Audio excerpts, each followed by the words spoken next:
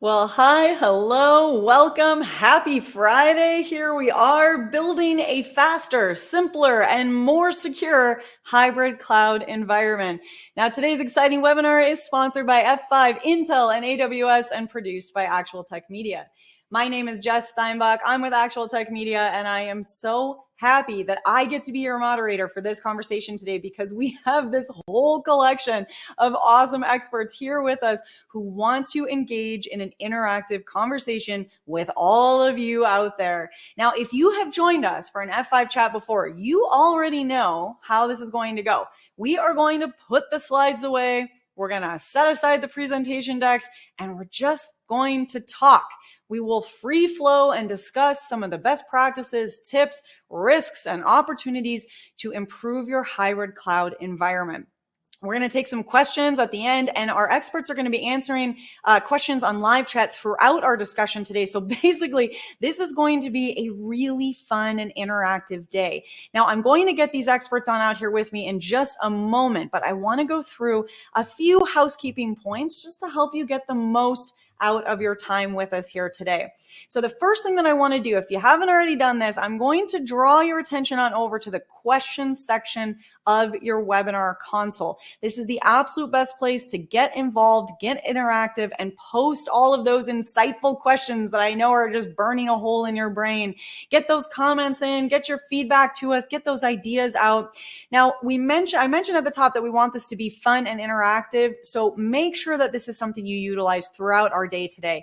And in fact, we can give this a little test run right now. So if you haven't already done this, head over to the questions window right now, open that up, put in a hi, put in a hello, give a wave to the community out there with us all today. It's that Friday feels, right? So say hi and hello.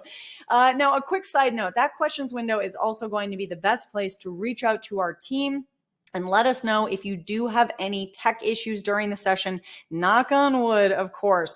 I do want to remind you that a browser refresh is going to get rid of most of the usual tech gremlins, but if they are clinging on, someone definitely fed them after midnight. Don't worry about it. Just shoot us a message in that questions tab, and the Actual Tech Media crew will be there to help you out. The last thing I'll point out is the handouts tab. It's right there next to the questions tab on your audience console. There's some really cool resources, follow-ups, and takeaways from our conversation here today. So be sure you spend some time in that handouts tab exploring before you go. And it is not just awesome content that we are giving away today. We do have a $250 Amazon gift card. How's that for a good wrap up to the week? That we're going to give that away as a prize drawing at the end of our webinar. Now, of course, you must be in attendance live at the webinar in order to qualify to win, and all winners must meet the Actual Tech Media prize terms and conditions. If you're not sure what those T's and C's are, no problem. I do not expect you to have those memorized. Go on back to that handouts tab we were just chatting about, click in, scroll down to the bottom, and you will find the full terms and conditions, those T's and C's, linked for you right there. Okay, now I keep saying that we want to hear from you. We want to get interactive with you. We love that. That makes everything a lot more fun. And on top of it, if that wasn't enough motivation for you, we also have a prize giveaway for the best question asked during our webinar. So we have a $50 Amazon gift card that we will give to the best question asked. Now, we are going to review all the questions asked after we wrap up today. So even if your question does not get asked in our live Q&A session, there is still a chance to win. So make sure you keep those questions coming in. Okay, that was all the housekeeping. We did it. It's done. Check, check, check. And now we can get into our awesome content. So I'm going to get our speakers out here with me in just a moment and get this conversation rolling. But let me make sure I introduce the folks that we are going to be chatting with. Today, our all-star lineup of expert presenters is Dave Morrissey, Director AWS at F5, Cyrus Raffi, Senior Business Development Manager at F5, and Cassia Henson, Global Senior Director, Physical and Cybersecurity Ecosystems at Intel. All right, that is definitely a superstar cast. Let's get our experts out here with me and we can dig into it. All right, team, thank you so much for being here with me today. I am so excited to get into this conversation. I love that we're doing this slide-free chit-chat kind of style. And before we jump in, though, I want to give the audience a chance to get to know you all and what we're going to jump into today. So if each of you could give us a little bit of a hi, hello, and why we're here. Dave, do you want to kick us off? Yeah, sure. Thanks, Jess. Dave Morrissey. I'm responsible for the AWS Global Alliance here at F5. What does that mean? It really means I work with a lot of different groups within AWS, within F5, within our partners like Intel, and talk to a lot of customers with the end goal is trying to make a better customer experience using F5 on the cloud or in your hybrid environment.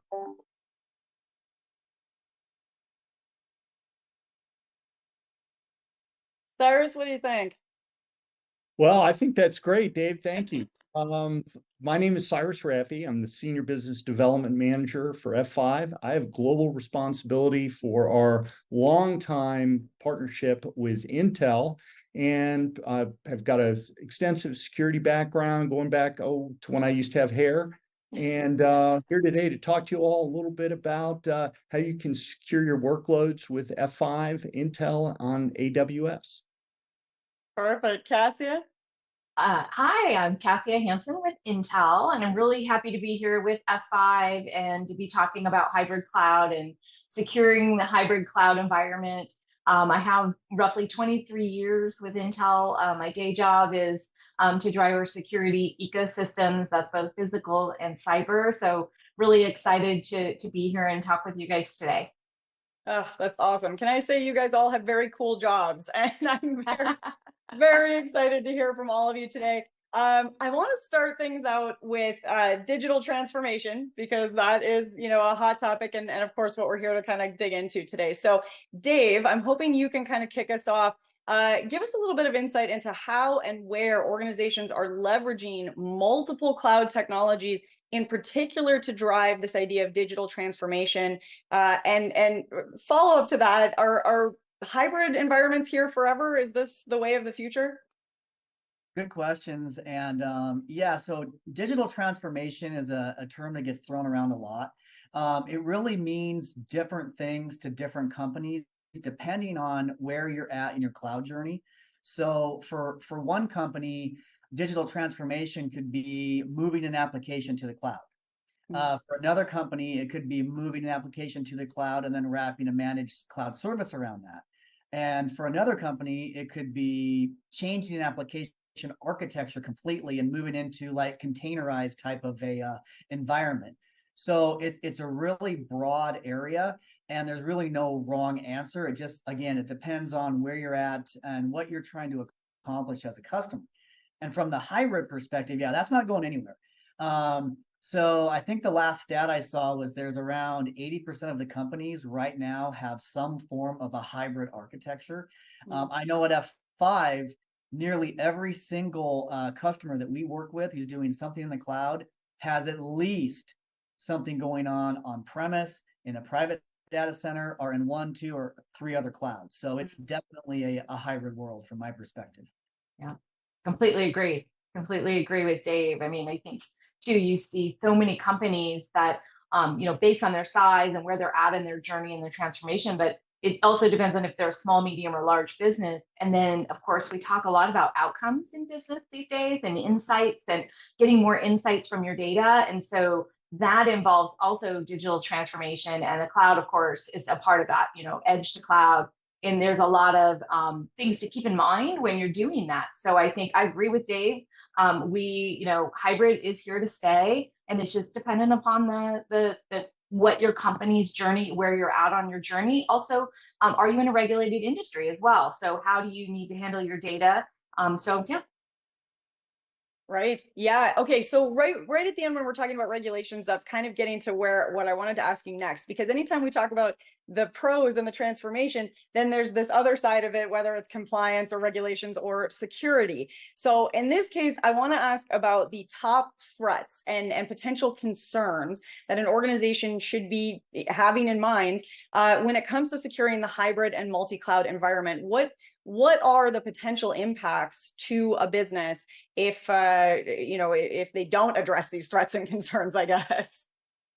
Yeah, that's a big one, and this Yeah. is something that's should be top of mind for everybody, if you're in the cloud or not in the cloud, is security. So the attack surface, it's really expanded with cloud. You have edge, you have on-prem. So you've got to manage a diverse set of applications and APIs from bad bots, from hacks, from credential stuffing, from fraud, from ransomware, and whatever the next bad thing that's coming soon. So it really takes it takes some thought, and layering of security is critical. You can no longer get away with just a single device out there to do everything. So you talk about like what's the impact. Our chief product officer, Kara Sprague, had a really interesting recent blog where she talked about, what is the impact?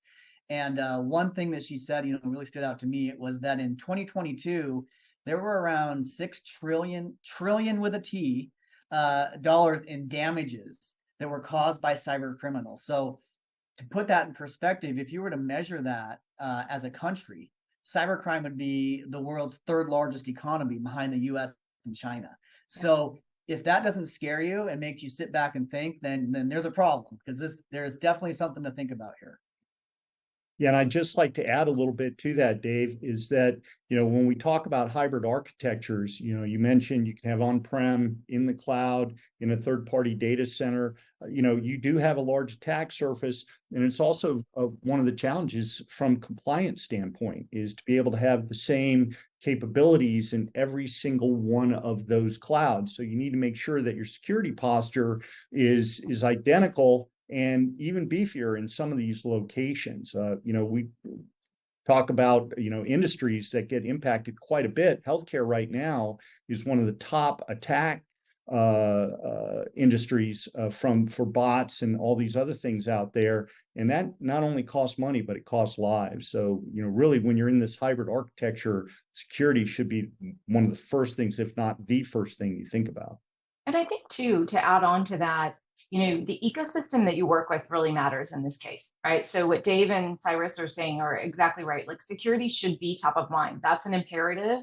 It is not it's a non-negotiable in this case, right? You need to understand what kind of data you need to protect. What are the risks if that data is released or someone attacks you and gets access to that data? So like Cyrus mentioned, healthcare, right? There's a lot of PHI out there. And so if you're a healthcare company and you're not taking it seriously in applying security protocols and processes, and more importantly, who is the ecosystem you're working with and what are their security postures, right? So we talk a lot with F5 and Amazon, we all talk about security a lot, because it matters and we know it's number one. It's usually one of the top questions that we get asked is about security. So, it's top of mind. Just make sure your ecosystem it's also top of mind for them. And if they don't have an answer for you, they might not be the right partner for you to work with, right?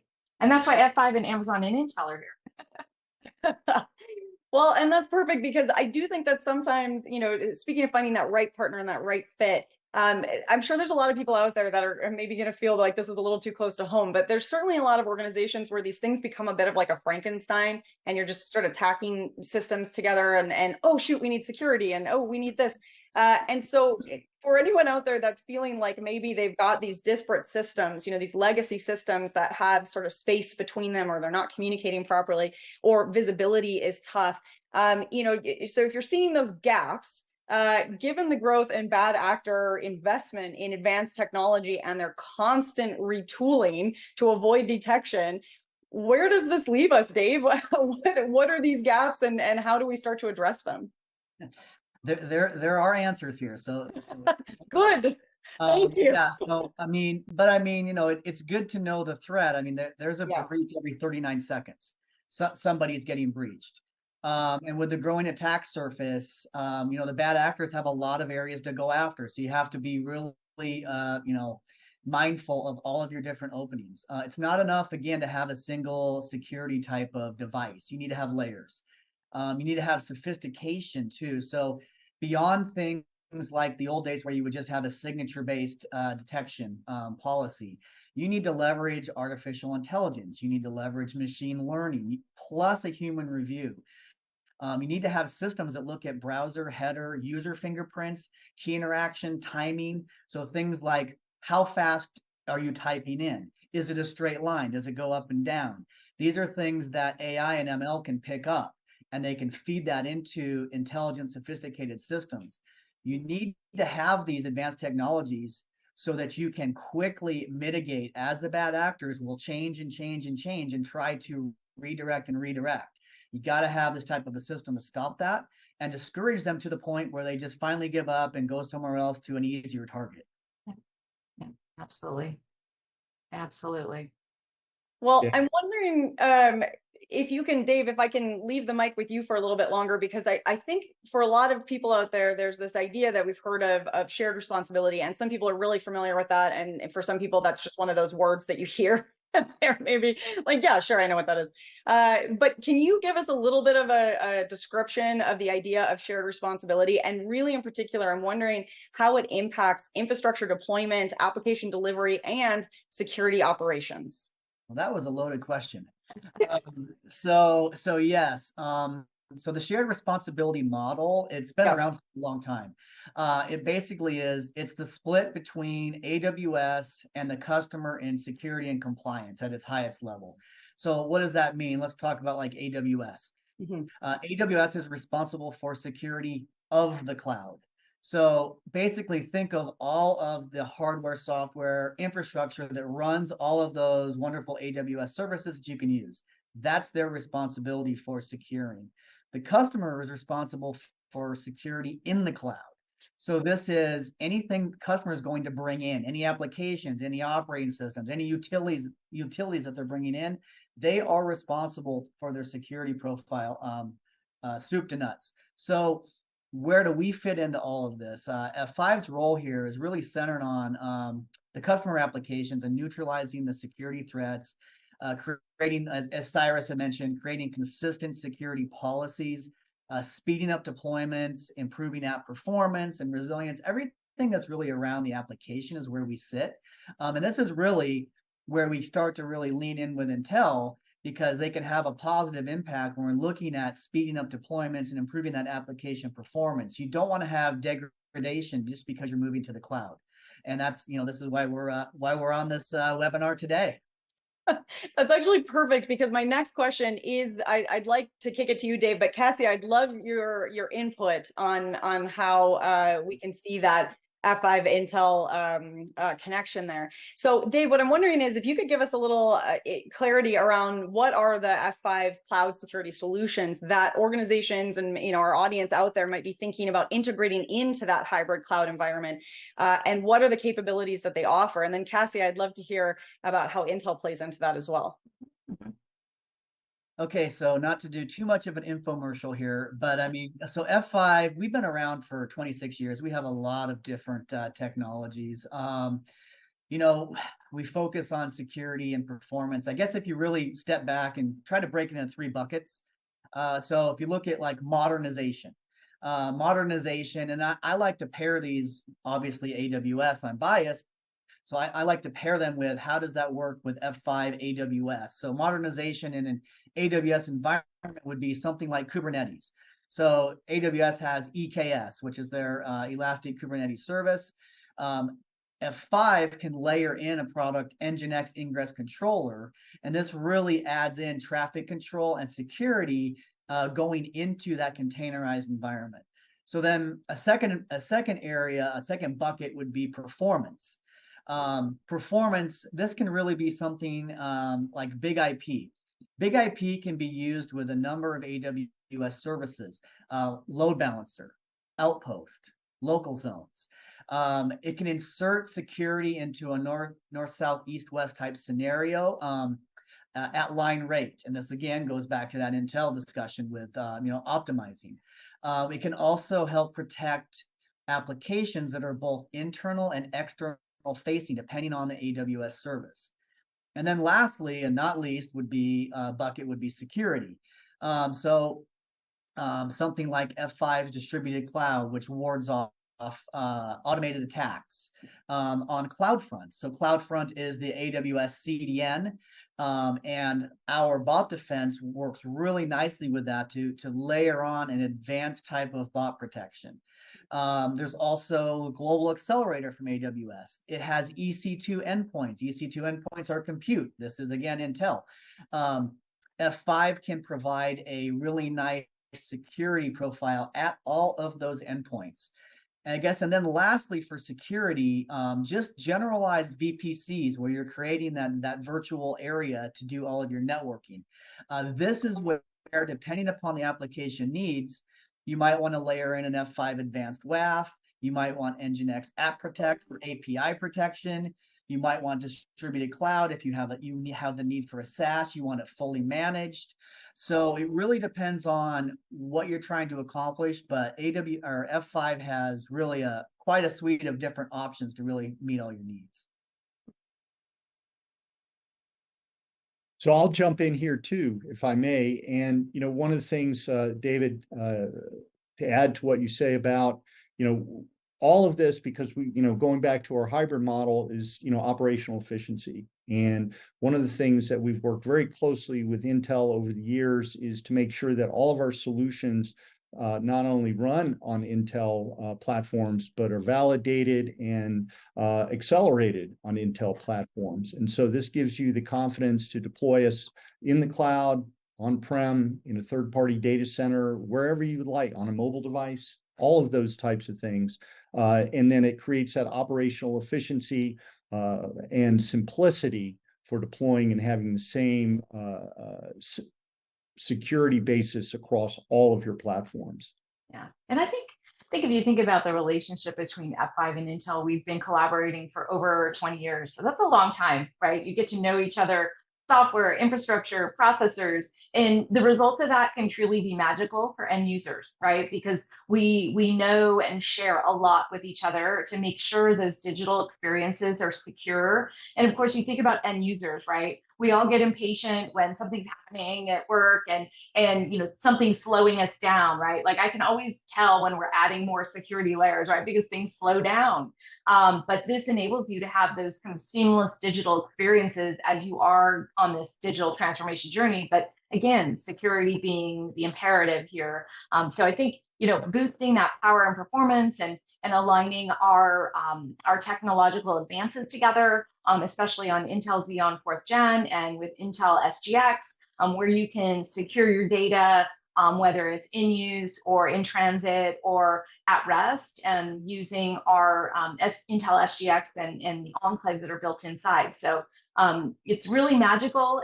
Very excited about what we've been doing, and especially this relationship we've had over 20 years. I mean, that's in the industry, that's pretty significant. Okay, well, I wanted to get a little bit more to some of these integrations that we're chatting about. So the cloud enables, the organizations, the folks that are here with us today in the audience, to develop and deliver apps. I'm curious about the integration of F5 and AWS and how that partnership is streamlining app development and delivery process, and really in particular, doing this without impacting, without delaying or hurting the end user experience. And I'm wondering if you guys can give us, Dave, I'll start out with you, if you can give us a little insight into that. Yeah, I think the best example that I can come up with is F5 using either Nginx or BIG-IP in a CI/CD type of a environment, continuous integration, continuous development environment, where we can facilitate a consistent, built into the process, pool of application resources around traffic management and security. So on on a practical, real life example, we've got a customer who has over 1,000 developers, and they're always iterating, always developing. That's their job. They had a 20% decrease in provisioning time just because F5 was built into their cycle. So if you think about it, they're developing an application. They don't want to stop and have to go pick, I need to put a firewall here. I need bot protection here. I need load balancing here. It's built in. So that's really where F5 can speed up that type of app delivery, is by being really part of the app creation process. Cassie or Cyrus, anything you'd add to that? Yeah, no, I completely agree with Dave. I think too, if we look at hybrid cloud environments, it's not one size fits all. Everyone needs a little something different, and based on your requirements or the app usage or the KPIs that you're running against those workloads, whether it's general purpose or if it's, compute optimized, memory optimized. There's all these choices within the cloud environment. We have roughly over 250 instances with Amazon in the AWS cloud. So, we work consistently, not only as mentioned with F5, but then with Amazon to optimize those instances and workloads to make sure that we're delivering value, performance, and of course we're it's this in the background, right? You want your technology to work, right? And you want to be able to and know that it's going to work the way it's supposed to. And so that validation and optimization that happens behind the scenes, whether it's telemetry collection or workload tuning or performance profiling. I mean, you need to know. It's good to understand those things too, and what's happening with those instances and workloads, so that you know the type of performance and what your KPIs are around that. So.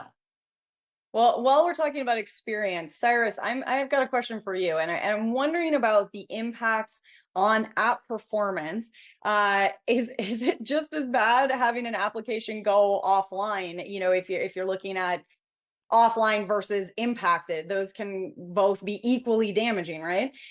So how does the partnership between Intel, F5, and AWS, all these awesome folks that we have here with us today, help to ensure that security operates at peak performance, but isn't impacting business app performance, and is still, I'm just making this a very long question for you. I hope you're still with me, Cyrus, and still helps to protect the environment from automated attacks? What do you think?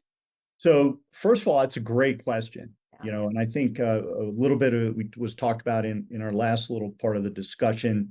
One thing is scalability.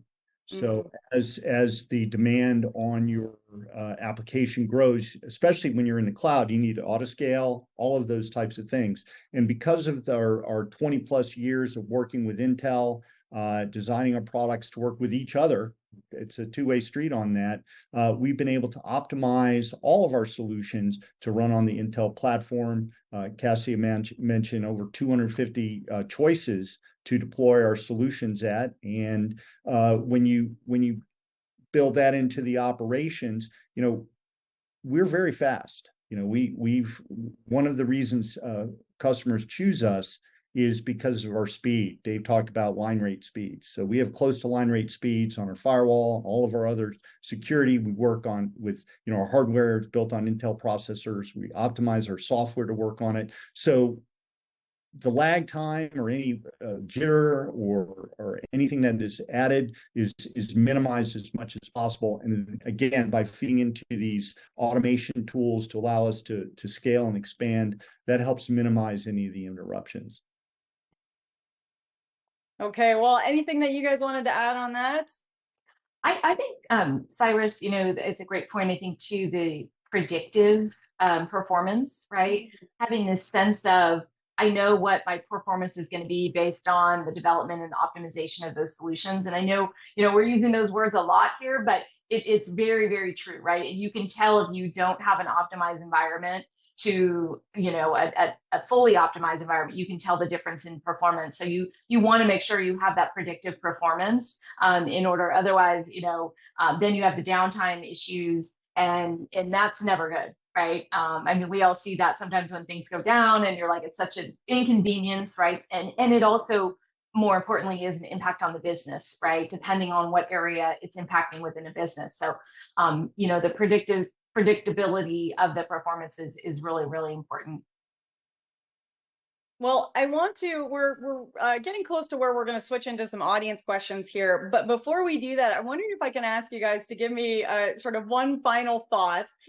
If you wanted the audience to take one thing away with them, and whether that's something that they're thinking about or something that they're taking action on, something they're researching, if there was sort of one takeaway that you'd like everyone in the audience to have, what would that be? And we'll go Dave, Cyrus, and then Cassia. Okay, well, we covered a lot of different topics, so boiling down to one, that's not fair. I know, I, very I, neat. I guess I would say I'm gonna go back to the importance of security. Anytime you're moving anything into the cloud, it's your responsibility to set up security. And the suggestion is from AWS as well as F5, do that in a layered manner. Use the available AWS native services, and then use some advanced security policies from F5 so that you're covered at all of those entry points on that on that attack plane that's available to the bad guys. Perfect. That was you did good, Dave. Well done. Cyrus, what do you got for us? So I want to build on what Dave said. Is obviously you want to have your security top notch, using the best tools for the project you have at hand. But you also, as Cassia mentioned earlier, need to be cognizant of the ecosystem, and that all the partners interact, are validated with each other. You want predictable performance, you want operational efficiency. You want simplicity. You don't want things to get, because with these hybrid clouds, things get complicated very, very quickly. You have things over here, you have things over here. Oh, by the way, I got stuff back in here. And so you want to be able to protect it all with the same security posture across, and you want everything to interoperate in a predictable and scalable manner. Perfect. Cassie, what do you think? You're our finale on this. I think Dave and Cyrus are so smart. They jumped into my brain and pulled out because both of them said something that I was going to say, which is security, security, security, security. And that layers of defense, building that in. If you're not thinking about that first and foremost, most people think about, oh, my end user performance. Yes, that's important. And in your environment, depending upon the business application, right, and how critical it is to your business. But if a hacker takes that down and you don't have that secure, then you're in trouble anyways, right? So keeping security first of mind when you're planning, asking the right questions around the risk of that data being, being exposed or anything happening to that. I think the secondary thing too is looking at, we talked about gaps in legacy applications and legacy systems. Those oftentimes are more at risk than anything. So you need to make sure you're taking some vulnerability assessments around your applications and environment, and understanding, and there is a level of risk, right? It's not if you're going to get attacked, it's when. And so understanding that level of risk that you're willing to take based on that business application is really important. And you can do that in a hybrid cloud environment, right? And you can do it with partners like F5 and Amazon and Intel. So I think that's important. And then to Cyrus's point, the ecosystem. I always bring up the ecosystem to people because they think it does matter, right? There are partners that I've talked to outside of this that some are like, wow, tell me more about security, right? And I'm like, we need to continually educate, because the security environment is never it's never stopped in time, right? It's constantly evolving and moving, and the threats are moving. I mean, Dave mentioned it earlier, right? Every few seconds there's another breach, right? There was a very, very large one this week in Las Vegas, right? So you cannot stand still, because the hackers and the bad guys are not standing still either. And they're very, very well funded and cause a lot of damage. So again, security number one, think about that first, then do your design. And then of course, think about who are the partners that you can surround yourself with who are going to help you on that journey. That's so important. And I love the point you made about it just nothing being static and everything's kind of changing, because that's exactly why we have conversations like this, is to bring people together and give them that opportunity to be learning and evolving. So even if you think you have this security plan and you've ticked that box, it's the constant evolution and revisions and not letting that kind of collect dust on the shelves. So I think that's fantastic. And clearly we have an audience that has come ready to discuss, because we've got some great questions coming in. And I do want to make sure that we can dig into a few of these. Are you guys ready to get into some audience Q&A? Sure. All the hard questions go to Cyrus, though. Yes. Yes. Specifically, Cyrus didn't get to have coffee this morning, so we're going to kick him all the hardest questions. Listen, we've been sneaking our coffee as we go along. Then everybody can see this is real. Yeah, you guys are drinking your coffee while poor Cyrus is just waiting for us to wrap. apple shakes. All right. Let's try this one here. I have BIG or BIGIP I just like saying BIGIP. I have BIG-IP on-prem today. Can I use all of the same configurations in AWS? Good question. And this is very common. So BIG-IP was the first product that F5 launched 25 years ago. And the answer is yes. I mean, this is really our goal. And this is why we have so many hybrid customers, because we have these customers who've used BIG-IP for 15, 20 years. They've built some very custom specific type of profiles for traffic management and control and security. And they just want to take that because they know it, they trust it, and they want to move that into AWS. So 100% yes, we have a lot of different tools and templates to do that. But yeah, that's kind of part of our value prop is we want to support you in your application no matter where it's at. And obviously BIG-IP for us is a huge part of that. Perfect. All right. Nice and easy. Yes, I like that.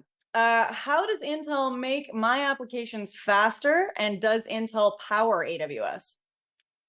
Yes, we do power AWS in over 250 instances. So across general purpose, compute optimized, memory optimized, storage optimized, and then of course accelerated compute. So it depends on the workload. So you have many, many choices within the AWS environment. So we power that through the optimizations that we do. So I mentioned earlier about workload performance and fine tuning, and we have tools that we use to optimize those environments. So whether it's, I mentioned telemetry collection of the performance data, the performance profiling, making sure that those are running well. We also have cloud optimization tools, so like a workload optimizer called Granulate. There's also a cloud optimizer powered by Density. So there are these tools that help power those. And I think and optimize those, and so those are used within the Amazon environment and in those instances. I want to add to that a little bit because this sometimes can be overlooked, the importance of having that type of optimization. So if you're just using a simple front end to a web, and there's just not much to it, you might not need much optimization. You might not need much speed. But you tell me, how often do you click on a website and it doesn't load? If I give it 3 seconds and I'm moving off. So if you're a business and you have an e-commerce function, you need some serious performance behind that, because you will lose customers you don't even know you're losing just because of that. We all have this rapid attention deficit here where we're just going to jump to the next thing. So anyway, I just wanted to iterate that's super important. Yeah. I think for all of us, if you put it into a real application of our own lives. Agree.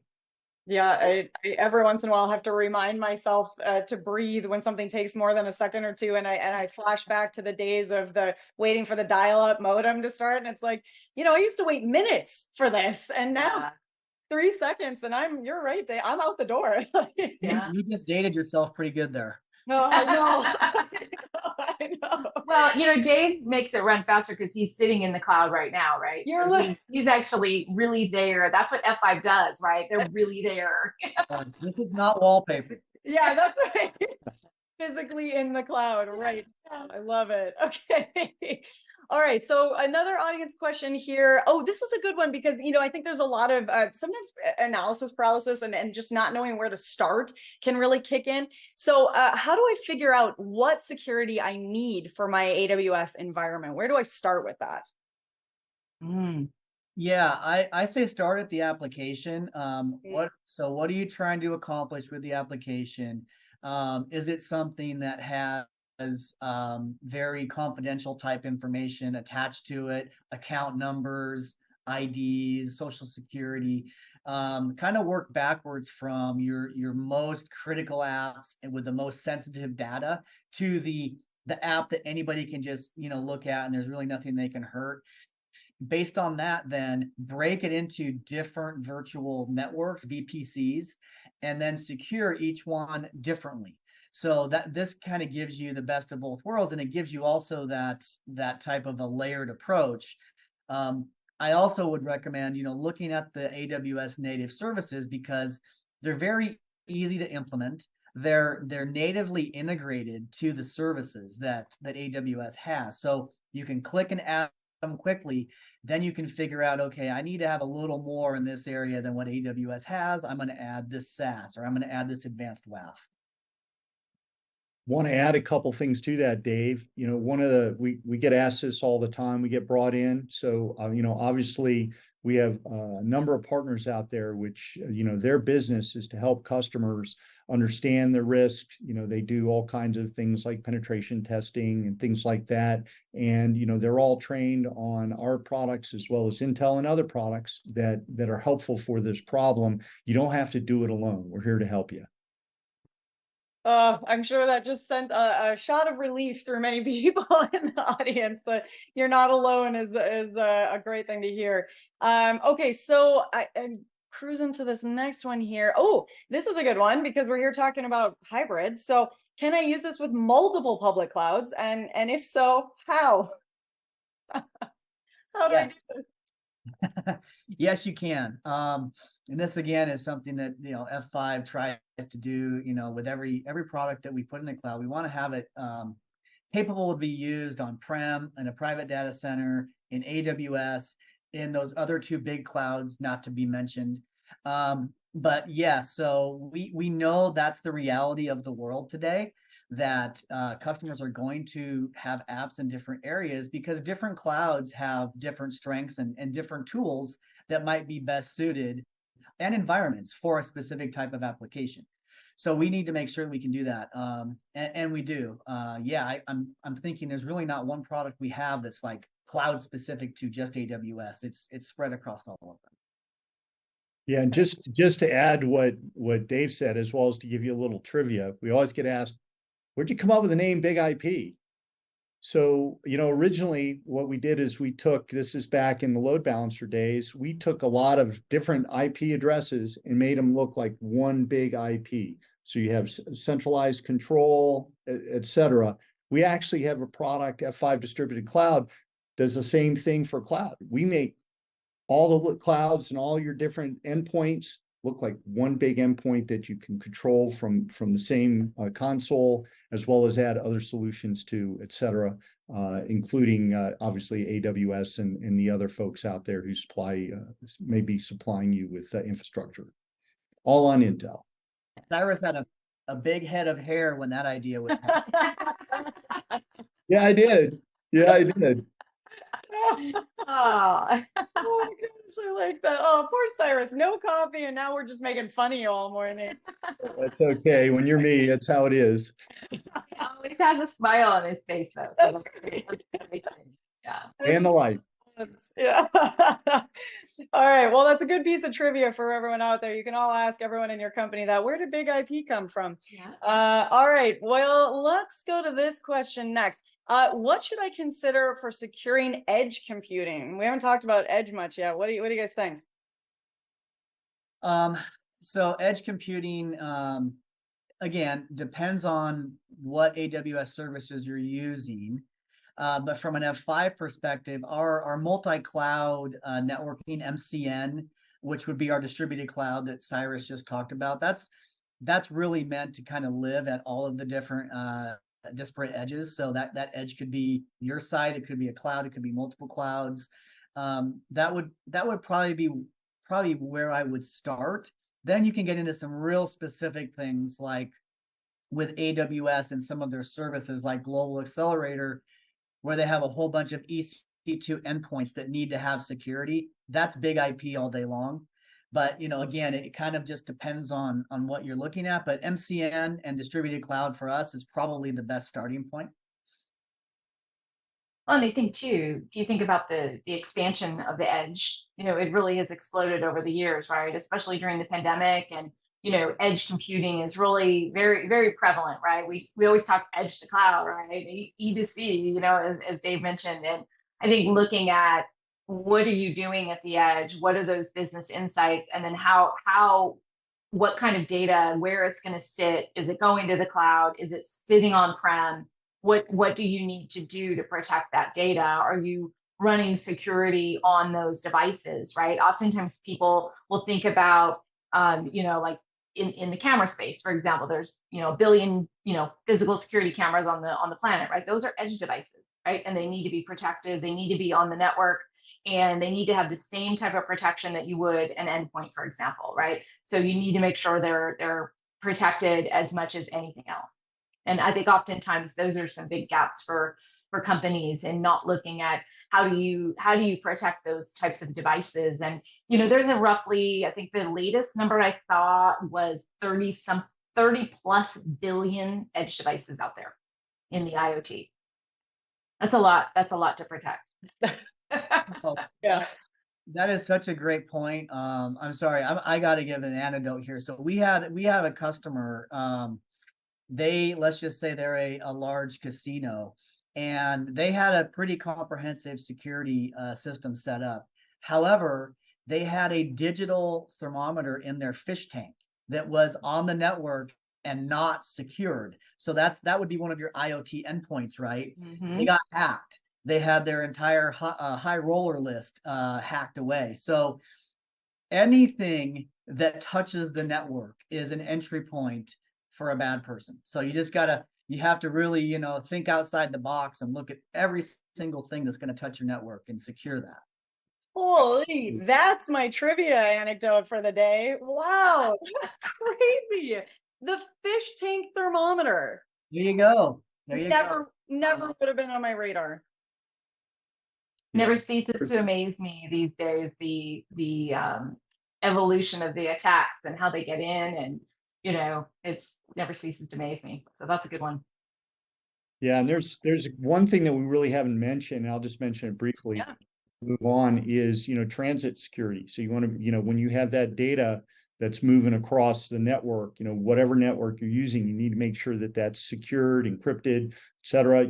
Take advantage of things like direct connectivity to the clouds. Amazon has a very good direct connect solution, as well as, your endpoints, and leveraging technologies, encryption, things like Intel QAT, which we support, quick assist technology, and all of those things. You have to look at the whole 9 yards, including your fish tank. And by the way, you clean it often too. And that will help prevent some bad things happening to your company.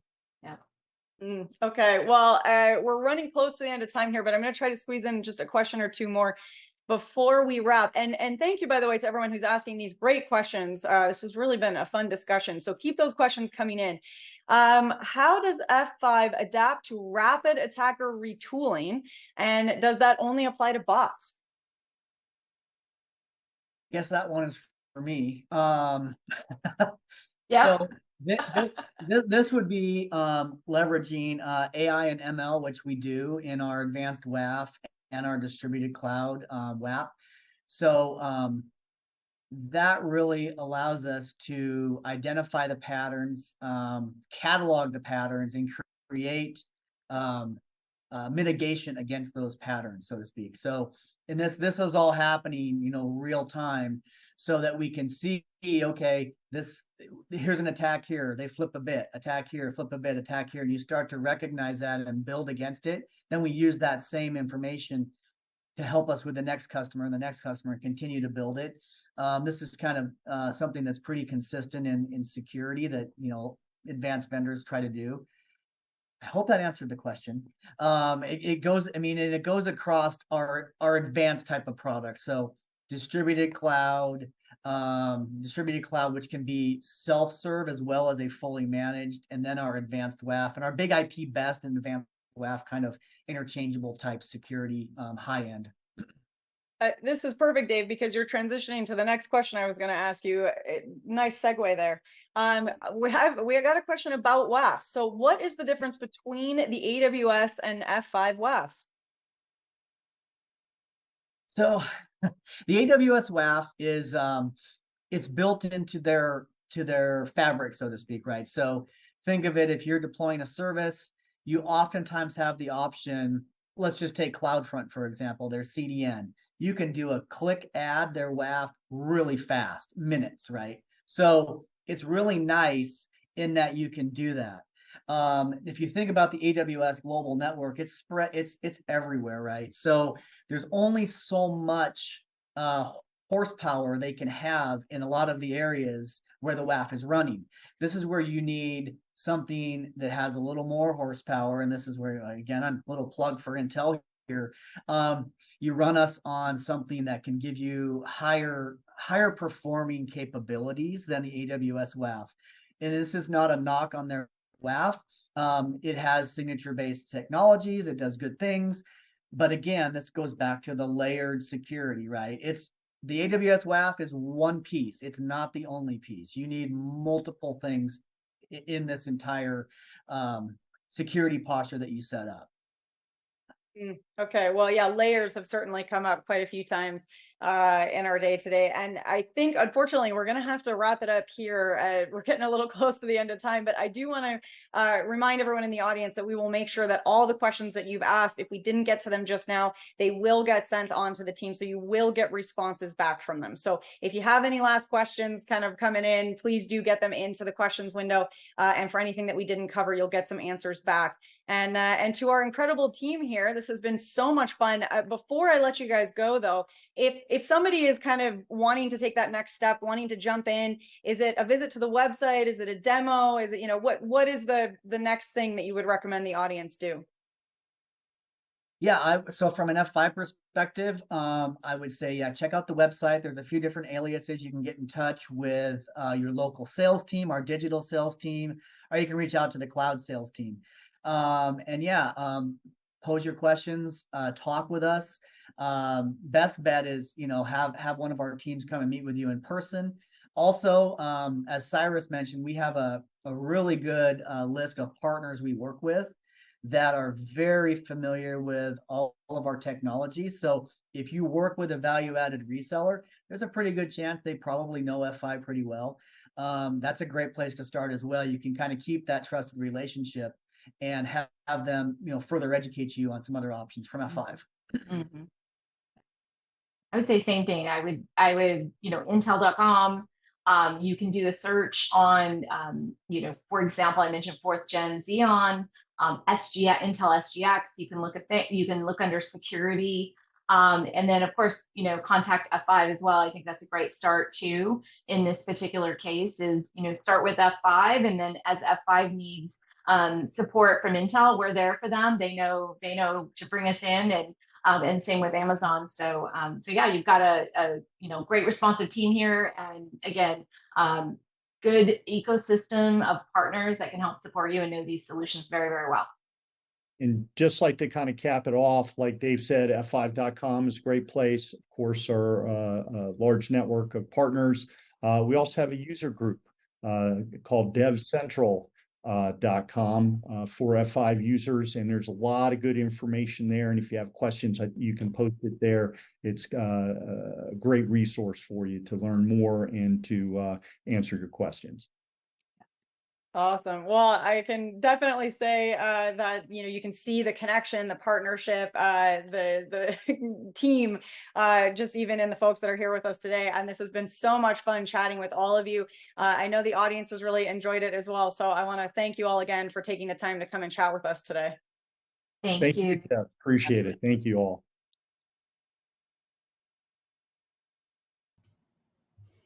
All right. Well, like I said, just an absolutely fantastic chat, and what a great conversation. A perfect way to start out a Friday or wrap up a Friday, depending on where you're at in the world right now. Now, I know you see that prize icon up on the screen. I'm going to get to that in just a moment. I do want to remind all of you to visit the handout section and snag the resources that are there for you, including a link to the landing page and resource center for F5 and AWS. You can really get into and explore some of those benefits, those key uniques, some case studies, data sheets, use cases, so many other resources all waiting for you right there on that landing page. So be sure you've clicked on that link, head on over. open that up in a new tab and hold on to that tab, because we're about to wrap up. And as soon as we do, you're going to want to spend a little bit of time in there exploring and getting to know that landing page a little bit.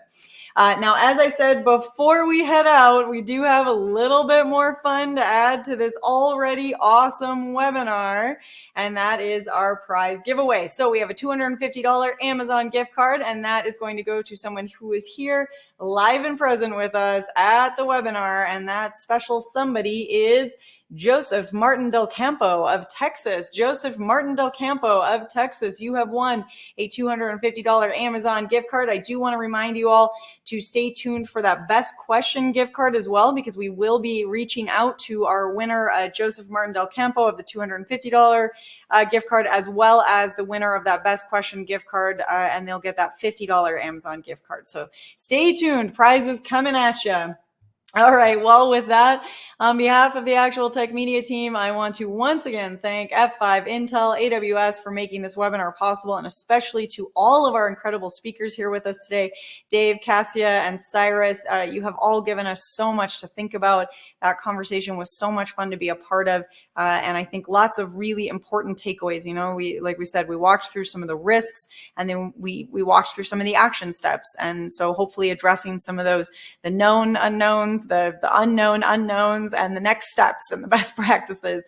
And that really is, where you want to get to in these conversations, right? Is make sure you understand the problem and then start digging into those potential solutions. So I hope that that's how you're all feeling as you leave. I hope you're feeling a little brain buzzy and lit up, and maybe feeling like you have some ideas for where you want to go next in your organization when you're thinking about your hybrid cloud infrastructure, and maybe some exciting opportunities that you hadn't thought of or weren't sure that you wanted to pursue, and now maybe feeling galvanized and ready. So go check out that F5 landing page. Make sure that you spend a little time with that. And definitely join us for a webinar again soon. And until then, I hope you all have absolutely beautiful ends of your days, ends of your week, starts of your weekends, however you're looking at it. But thank you again for joining us. Enjoy your day.